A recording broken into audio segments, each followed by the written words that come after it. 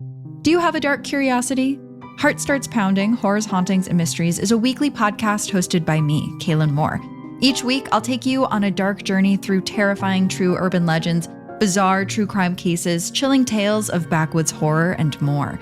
So if you're looking to join a passionate community of the darkly curious, check out Heart Starts Pounding on the free Odyssey app or wherever you get your podcasts. And remember, stay curious. This content may not be suitable for all audiences. Listener discretion advised.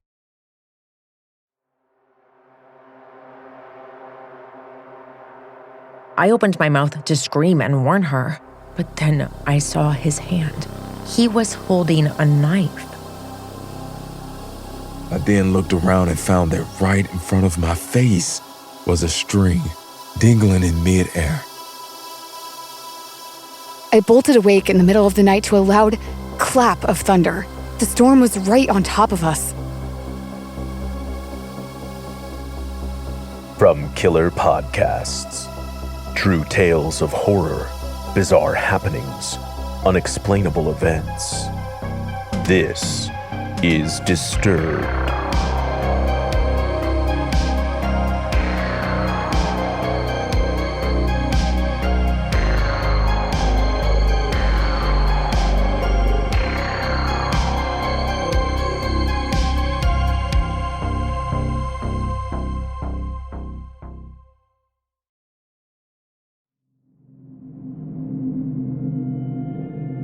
Hello, and welcome back to the show. This week we have 4 stories that will alarm and unnerve. So sit back, listen closely, and dive into the horror. In our first story, a quick stop at the grocery store becomes life or death. Narrated by Lilian Yves from Reddit user HoneyJoe1.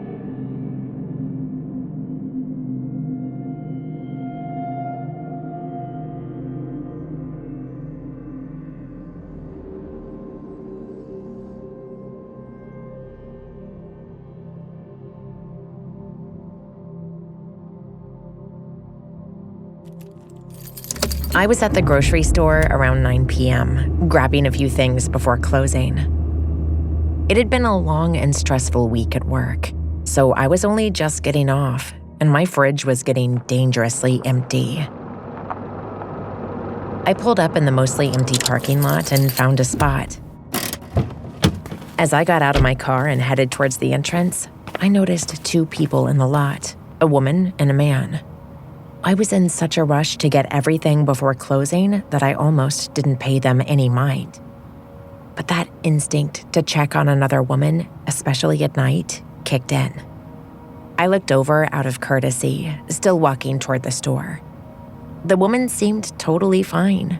She was in her 30s, wearing a long coat, and each hand held a plastic bag of groceries.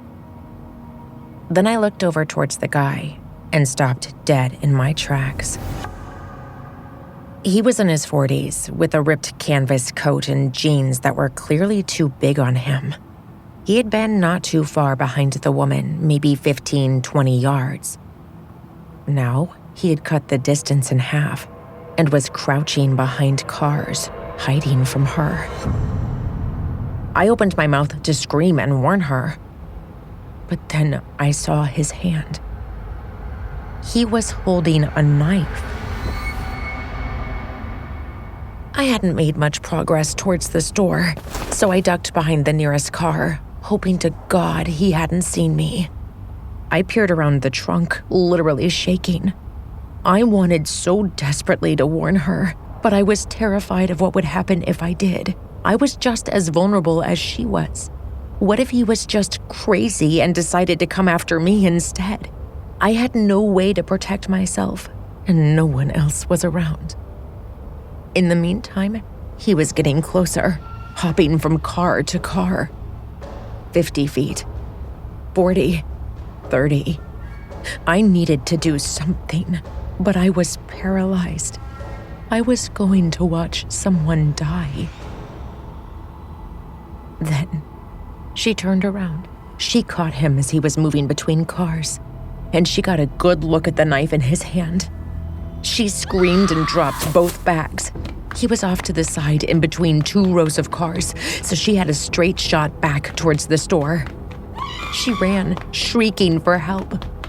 But he followed. He was sprinting towards her, and I could tell he was furious. She was so far away from the entrance. There was no way she'd make it.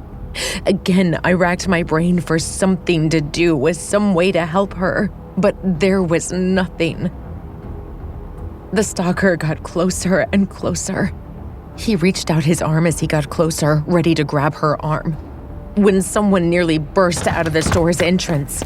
He was a tall, strong man in a black uniform, a security guard. He immediately saw what was happening and locked eyes with the stalker.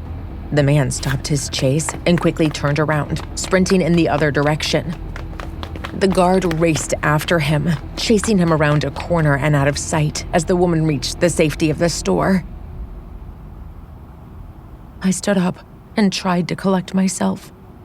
My knees felt like jelly, but I was able to make it into the store. On the way in, I passed the woman who was chased. She was in tears, being consoled by the staff. Maybe it was weird shopping right after that, like nothing happened, but I was kinda in shock. By the time I finished, the police had arrived, and the security guard was back talking to them. I guess he hadn't caught the guy. I overheard a bit of their conversation as I was leaving. Apparently, this guy had been lurking around lately, and the guard had noticed and was keeping an eye on him. I can't stop thinking about how close I was to seeing something terrible. Like, did he know the person, or was he just stalking around? And why wasn't I able to move? If something had happened, I would have been partially responsible. That night, I ordered a small pepper spray that can fit on my keychain. I realized I needed a way to protect others and myself. So if that ever happens again, I can actually do something about it.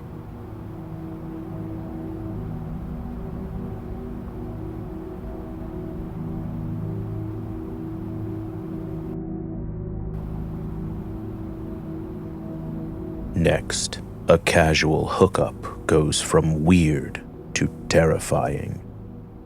Narrated by Sinn from Reddit user Throwaway20255.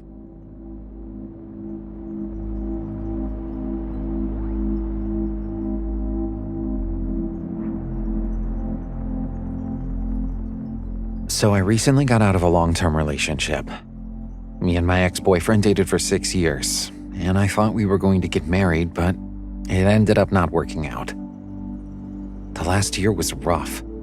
I don't want to get into it too much, but he had some issues that he has been unable and unwilling to work through. They weren't a big deal at first, but when you're thinking about spending the rest of your life with someone, they become pretty important to address. And don't get me wrong, I had my own shit too. Anyways, it caused us to butt heads, say some pretty regrettable things, and we couldn't really recover after that. The breakup was rough, as you can imagine, especially because I'm nearing my 30th birthday. I invested so much of my adult life into that relationship, and I felt, and still feel, like I'm back at square one. I also didn't date much at all during high school or college because I was still in the closet, so I don't even know how to approach dating. One night, a month or two after things ended with my ex, I was feeling particularly down about all that stuff and I wanted to take my mind off things. I matched with a guy on a dating app and made plans to smoke and play video games. We talked on the phone a bit beforehand and he said something along the lines of, "Don't worry, I'm not going to kill you." That was the first red flag, but I laughed it off. He was just trying to make a joke in light of the risks that come with hookups, and was trying to ease the tension. Or at least that's what I told myself. He seemed genuinely interested in me, which was really exciting.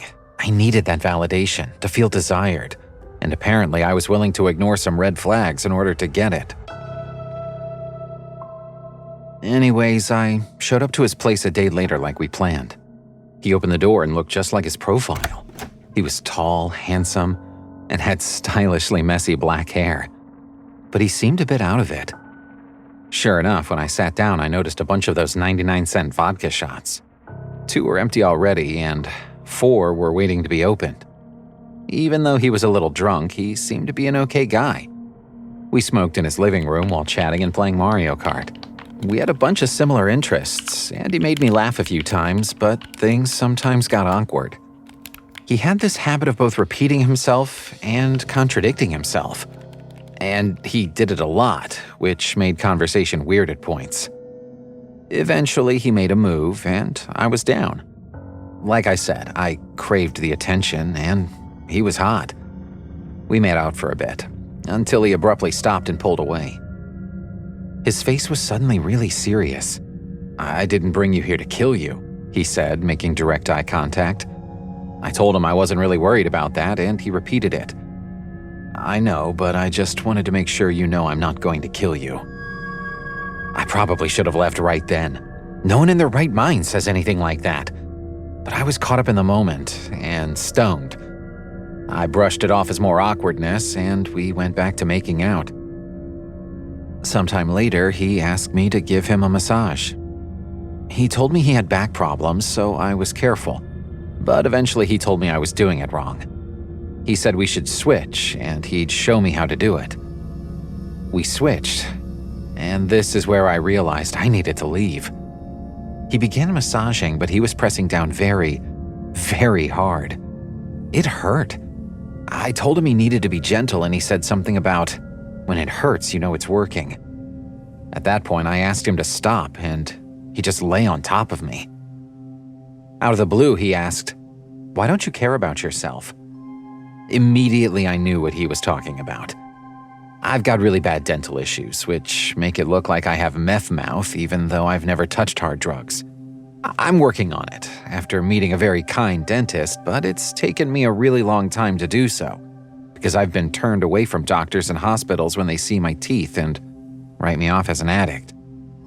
His question was understandable, but phrased in such an awful way that I was taken aback. I told him the truth. But before I knew it, the conversation took a dark turn. He told me about his sister, who was killed by her boyfriend after he invited her to his place for the first time. I didn't say much. I had no idea how to process what I was hearing. Then he said, "Sometimes I think about doing it because I want to understand what was going on in his head when it happened." This sent chills down my spine. I've never felt fear like this before. He was sitting up, weight on my lower back at this point. In my mind's eye, I kept getting flashes of him holding a weapon above my back. Quickly, I flipped myself over, and thankfully there was nothing in his hands. I shimmied my way out from under him while telling him I needed to leave. He acted confused and tried to get me to stay, but I wasn't falling for that. I grabbed my things and left in a hurry. After some messages today with really, really weird energy, I told him I wasn't comfortable continuing this and asked him not to contact me again. I also blocked his numbers and socials. I understand that losing a sibling is really tough, so maybe that was at the front of his mind. But I couldn't deny the alarms going off in my nervous system. I've never felt fear take over my body like that before. I think there was a good chance that he's been pushed to the brink, and I want to be nowhere near him when he goes over the edge.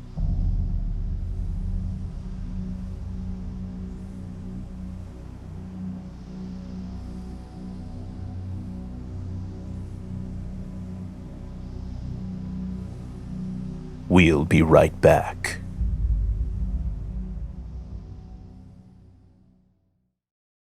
Most banks are built to take from you. Fees, overdraft charges, minimums. One mistake and your money is gone. Chime does it differently. Chime is changing the way people bank. They offer the most rewarding, fee-free banking. This is fee-free banking built for you. They're not like traditional old banks that charge you overdraft and monthly fees. With Chime, you can get up to $1,150 in annual rewards, fee-free. Set up direct deposit and unlock more. You can get your paycheck early and even access up to $500 of your pay when you need it with MyPay. And the savings can actually grow. Chime offers 3.75% APY. That's 9 times higher than the national average. I know I wish I had Chime when I was younger. Chime is not just smarter banking. It is the most rewarding way to bank. Join the millions who are already banking fee-free today. Head to chime.com/disturbed. That's chime.com/disturbed. It only takes a few minutes to sign up. Chime is a fintech, not a bank. Banking services for MyPay provided by Chime's bank partners. Optional products and services may have fees or charges. Stated annual percentage yield for Chime Prime only. No minimum balance required. For more information on APY rates, MyPay, go to chime.com/disclosures. This time of year always makes me rethink what I actually wear. I try to keep fewer things, but better ones. Pieces that are easy to throw on, feel good, and hold up over time. That's why I keep coming back to Quince. Quince makes high-quality, everyday essentials using premium materials like 100% European linen, and my favorite, their flow-knit activewear. It's moisture-wicking, anti-odor, and soft enough to wear all day. I've worn my flow-knit zip hoodie at least once a week for the past few months. It's warm, cozy, and stretches in all the right places for comfort. The best part is the price. Quince items are about 50 to 60% less than similar brands because they work directly with ethical factories and cut out the middlemen. You are paying for quality, not markup. Refresh your wardrobe with Quince. Go to quince.com/disturbed for free shipping and 365-day returns. Now available in Canada too. Go to quince.com/disturbed for free shipping and 365-day returns. Quince.com/disturbed.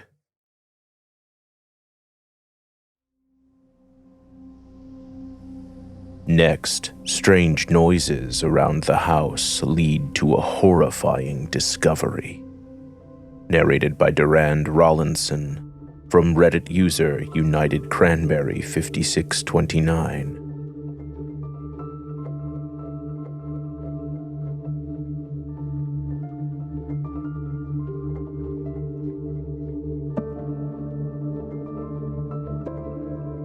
Meatballs are my favorite food. For as long as I can remember, they have been. My mom told me when I was little, I would not eat pizza, chicken nuggets, mac and cheese, none of that kid food. I only wanted meatballs. So when I moved into my new 3-bedroom rental house in Atlanta, she made me a huge pot of meatballs. I got the place as a 21st birthday present to myself. I was flush with cash from working with my dad doing set construction at Atlanta Metro Studios, and I decided I wanted a bigger place for my 2 dogs. One night, I was playing my Xbox, just relaxing after a nice, long 14-hour day of work. I was working my way through an Elden Ring boss when I thought I heard a noise. I kept playing. But then, I thought I heard it again. I paused my game and sat completely still. Everything was quiet. There were just your typical house setting sounds. But a few seconds later, I heard it. Footsteps. They sounded slow and heavy, like someone was trying to be quiet. And they were headed in the direction of my kitchen. I looked at my dogs who were next to me, but they didn't seem to care. I forgot about my game and went to find whoever was in my house. I headed down the hallway when the footsteps suddenly stopped. I froze right where I was standing and waited for them to start again. But they didn't. I tiptoed further down the hallway and ended up in the spare bedroom. It used to be the garage, but since then was converted. I then looked around and found that right in front of my face was a string dangling in midair. I could swear I'd never seen that string before. It was one of those pull-down ladders. There was an attic right above the garage. I stared at the attic door for a minute, and I wondered if someone could have been hiding up there. I debated about going up, but decided not to. I didn't hear any other footsteps or noises, so I went back to my Xbox. The next day after work, it was the same routine. I came home, played some games, ate the rest of my meatballs, and went back to sleep a little earlier than usual. But this time was different. For some reason in my dreams, all I could think about were meatballs. My brain kept telling me to wake up and go eat some meatballs. The first time I woke up, I got a drink of water. I wasn't hungry, and I didn't want to eat anything, and I especially did not want to have to leave to find something. When I went back to sleep, the exact same dream came back. My subconscious mind just kept nagging me to get up and eat some meatballs. When I woke up the second time, I let out a sigh. I had to go find some meatballs. There's a 24-hour convenience store right around the corner from the house, and they sell frozen meatballs, so I was gonna go there. I found my car keys and headed to the back door. I unlocked the top deadbolt and the lock on the doorknob. I grabbed the handle, I turned it, and it nearly fell apart in my hand.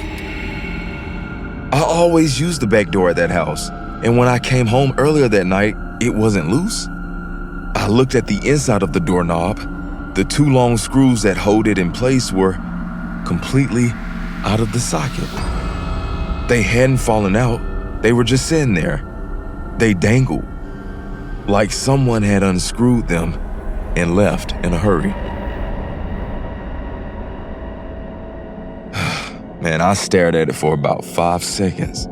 My heart pounded out of my chest. I shoved the screws back in and looked around the house while I went to find my screwdriver. I ended up in the garage bedroom under the attic door, and I stared at it. A sound from upstairs made me jump back. I went back down the hallway towards the kitchen, slowing down as I got closer. I was determined to catch someone in the act. Instead, I was greeted by one of my dogs. The door must have slammed when he came out of the bedroom. So I fixed the doorknob, went into the living room, and I called my buddy. I told him what had happened, and he told me to check the attic. I said, hell no. Grabbed my dogs, and I crashed at his place. The next day, when I got back to the house, everything was how I left it. I called my landlord, and I got out of my lease. And I never did look in the attic. Ever since then, I've always wondered what would have happened if I hadn't had the urge to go get some meatballs.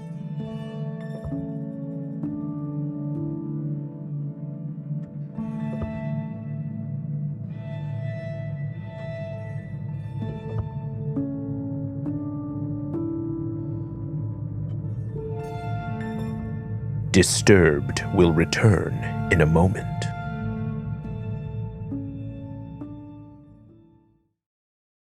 I don't know about you, but I like keeping my money where I can see it.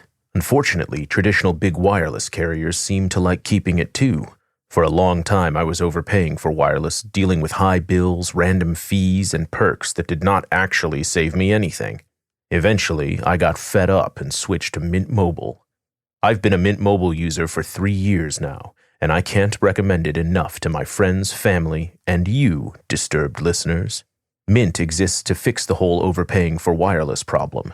Their premium plan starts at just $15 a month. You get high-speed data and unlimited talk and text on the nation's largest 5G network. I kept my phone, kept my number, activated with eSIM in minutes, and that was it.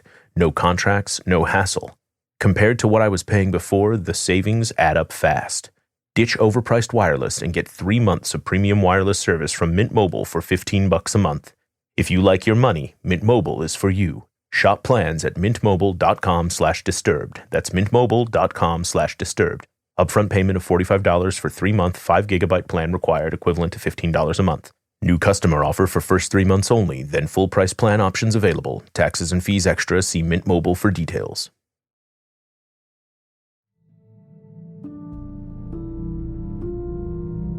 In our final story, a camping trip is interrupted by something truly frightening. Narrated by Dacey Else from Reddit user MaryBeth2018.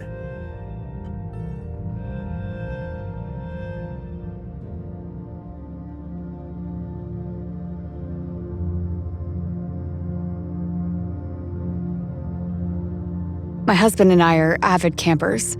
After a stressful work week, there's nothing that we like more than pitching our tent and relaxing in the great outdoors. We camp in all weather and travel all over Ontario in search of the best spots. We'd heard about a small, remote campground and decided to check it out over Labor Day.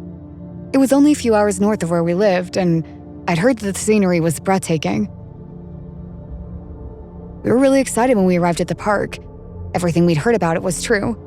Everywhere you looked were acres of wilderness with pine trees that reached towards the sky, and valleys of wild berries and boulders that made you wonder how they landed there. As we drove through the campground to find our site, we noticed that it was pretty empty. We saw a few families with younger kids that were staying in RVs, but that was it. When we finally found our tent site, it was nice and secluded from the rest of the park. Our first night there, it poured rain and the temperature dropped. The next morning, we took a walk around the campsite and saw that all of the families were getting ready to leave. There was more rain forecasted, and they must not have wanted to endure the weather. We ended up having the whole park to ourselves. For the next couple of nights, we had a great time and did our usual activities. We explored, played card games, and enjoyed the silence that was all around us. On what turned out to be our last evening there, the rain came back with a vengeance. It was the kind of rain that flew in sideways, and every drop pounded the ground. We decided to stick it out, but it was rough. The sound of wind and rain slapping our tent was a bit scary, but our setup was sturdy and we knew we'd be safe. Right after the sunset, there was a small break in the weather, and we took advantage of it. We made a campfire and had dinner around the flames. I was relaxing in my camp chair with a hot cup of tea when a chill suddenly went up my spine. It was so intense, it gave me goosebumps and made the hair on the back of my neck stand on end. I looked out into the dark tree line. I didn't see anything out of the ordinary. There was just a bunch of trees and rocks. I ignored the eerie feeling and blamed it on the dark and damp weather, plus my husband seemed fine. Not long after that, another thunderstorm moved in, so we decided to go to bed early. We cleaned up our dishes and made sure to put all our food in the car so animals couldn't get into anything. We settled into our sleeping bags right as the first streak of lightning filled the sky. I laid there, listening to the storm, and eventually fell into a deep sleep. I'm not sure what time it was, but I bolted awake in the middle of the night to a loud clap of thunder. The storm was right on top of us, and the lightning lit up the whole campsite every time it struck. It was so bright that every time it flashed, I could see the shadows of the forest and our campsite. I looked at my husband to see if the storm had woken him up, but he was sound asleep. I laid there for a few more moments and watched in awe. Then, suddenly, the same chill ran up my spine. The goosebumps returned and the hair on the back of my neck stood up. I had the same eerie feeling as before, but it was even stronger this time. I tried to sit up to look around, but I couldn't move. I tried to lift my arm and wiggle my toes, but I was frozen in my sleeping bag. I started to panic, my mind racing as I tried to figure out what happened to me. Then, I saw something outside the tent. At first, I couldn't believe it, but every time the lightning struck, I could see a large, humanoid creature move around our campsite. It was tall, taller than any man I'd ever seen, and had a big, bulbous head. I could do was watch in terror as it crept closer and closer to our tent. With every lightning strike, it took one ominous step after another towards our tent. I began to shake as it got closer and closer and closer until it was right outside of our door. Its shadow loomed over us and overtook the tent. The lightning struck one more time, and it took a final step forward, entering our tent. The creature hovered over me and stared. We made eye contact. It reached its arm out towards me. I tightly closed my eyes. And then it was morning. I must have blacked out because the next thing I knew, I woke up to my husband making us breakfast. Campfire blazing.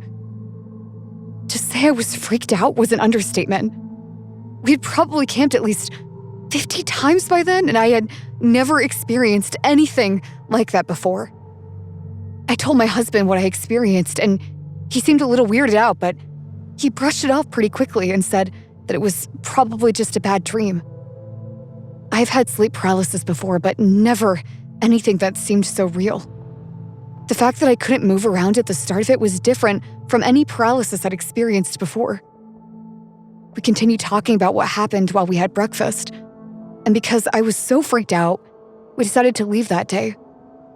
As soon as our car pulled out of the campground and onto the highway, I instantly felt calm and relieved. A few months later, I randomly brought this story up to him. As I reminded him of what I experienced that night, he told me he had a confession to make. He told me that he had lied that morning by the campfire. He'd also woken up that night and saw a humanoid figure outside of our tent. He assumed he had been dreaming and tried to wake himself up, but no matter what he tried, he couldn't.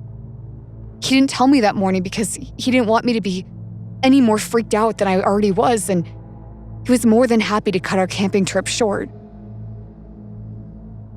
We still love to go camping all around Ontario, but ever since then, we've chosen busier, less secluded parks to visit.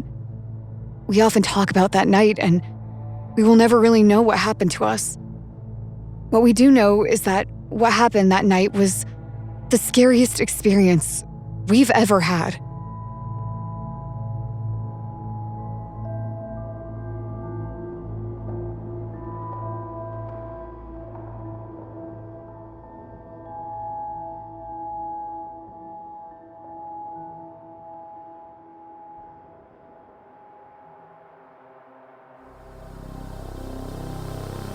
New episodes of Disturbed drop every Thursday. If you love the show, consider becoming a member to access early and ad-free episodes.